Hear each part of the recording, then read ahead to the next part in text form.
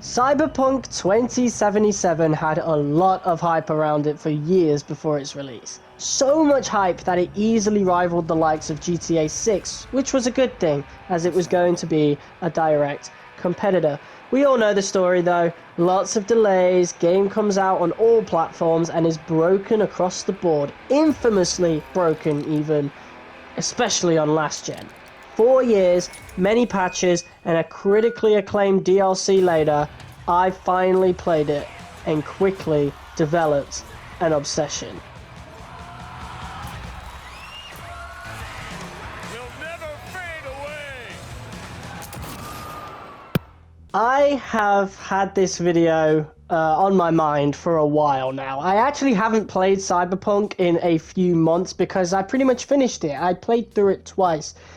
So before we do get into reading the video essay portion that I had pretty much typed out on my phone, I just want to say, wow, I cannot believe it took me this long to play Cyberpunk 2077. This is genuinely one of the best games that I have ever played.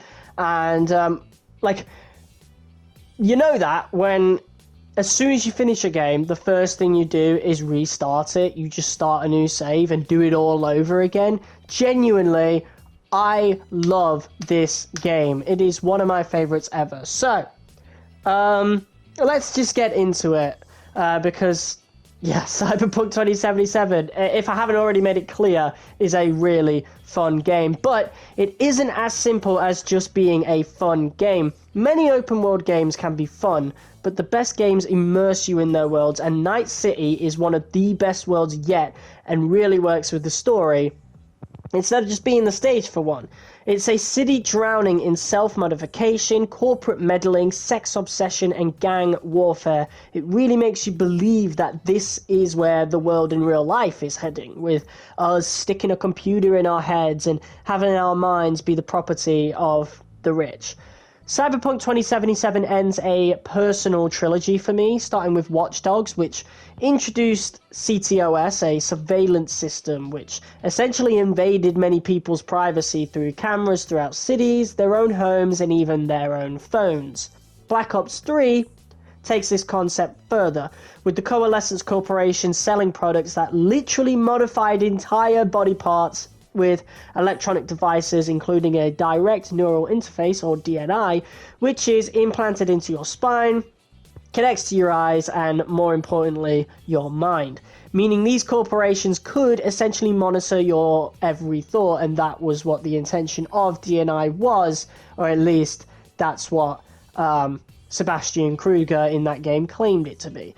Cyberpunk 2077 takes both these concepts that got me so enamored in those games and implements it into its own thing, and like just combines the two, but while also obviously being its own thing, going so far as to fully store someone's consciousness into an engram through something called Soul Killer, and being able to replace and take over a completely different person's body, not unlike what the Corvus glitch ends up doing in Black Ops 3. We play as V, and have 3 different life paths to choose from at the beginning, but either way, they all lead up to getting one of these engrams stuck in your mind in the form of rockstar turned terrorist Johnny Silverhand, played by Keanu Reeves. Silverhand essentially plays the role of Batman's idea of the Joker in Batman Arkham Knight, where he'll comment on your situations from within your mind and have his own opinion on them. Know what? You're starting to remind me of me, 50 years back. Minus the charisma. An impressive cock. This ends up becoming one of the best parts of the game, especially since his songs as part of the samurai rock band actually slap. The Ballad of Book Ravers, Black Dog, and of course Never Fade Away are my personal favourites, and these are all sung by real-life band Refused. They are genuinely some of my favourite rock songs ever, and if you haven't listened to them, what are you doing? Go. I don't want to talk too much about the story, but it's one of those you're dying because of this thing in your mind scenario. So despite you bonding with Johnny throughout the game, he's still unwillingly taking over, and there's really not much you can do about it. Even if you get him out of your mind, the best V can hope for is 6 months to live, so Whether or not our character lives or dies is unknown, except those couple endings in Phantom Liberty, but V essentially loses everything but their life, so those can go to hell. I ended up escaping Night City with the Nomads led by Panam, and brought V's girlfriend Judy with them. Oh, did I not mention you can have relationships with numerous characters in this game and invite them to your house in the next gen version? Awesome. I initially played through the main story on the PS4 version, which, while it did have its fair share of bugs, still performed quite well, and I ran into very minimal issues besides the odd glitch and crash here and there. So don't be scared to buy the game if you're still on last gen. I played through the side stories on the PS5 version and was able to keep my female character on my save, so that was great. However, I do think the character creator is a bit of a letdown on the male side of things, hence why I originally used a female character. I ended up playing through the game a second time not long after beating it the first time because I enjoyed it so much, and this is where I finally made a male character I was happy with, but seriously, the hairstyle choices are pretty woeful, and the really awesome one I had on my female was unfortunately exclusive to that female, so Saints Row 4 is clearly still the best in the character creation category. I loved the Johnny Silverhand exclusive side of the story, where you meet with his old friends, for example, and he sees how much things have changed with Rogue, and how much he's been missed by Kerry after 50 years of being trapped in Engram Purgatory. The Samurai Reunion has got to be one of my favourite questlines in any game, ever, and the acting throughout, not just this questline, but the entire game as a whole, is nothing short of stellar. But yeah, Keanu absolutely killed it. Obviously, it's Keanu Reeves. But I really like these moments here, for example, where you do take pills and Johnny takes control of the body, and you start to see like what he would do in these situations, of course. At first, it starts off with him completely taking advantage of the situation and doing stuff that he never had permission to do. But as we go throughout the game, he behaves a lot more because he develops a lot more respect and genuine care for V.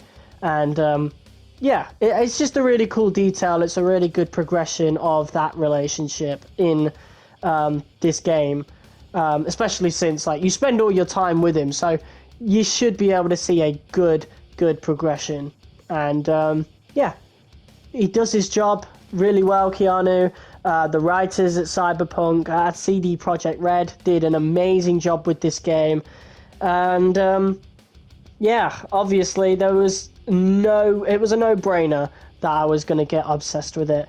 And one last thing before we wrap things up, being able to look at yourself in the mirror, it's such a small detail, but it is genuinely one of my favorite parts of the game, especially since you're playing in first person the whole time. Another thing that I don't mind, I know most people would prefer to play in third person, but yeah, I really like playing in first person in games like this, and being forced to play in first person in games like this, should I say, because it makes it feel a lot more personal, you know, and it also saves on development for CD Projekt Red, because, you know, they don't have to work so hard on animations like Red Dead Redemption 2, for example. Not that it helped them because they released it early, but that's just a completely different thing entirely.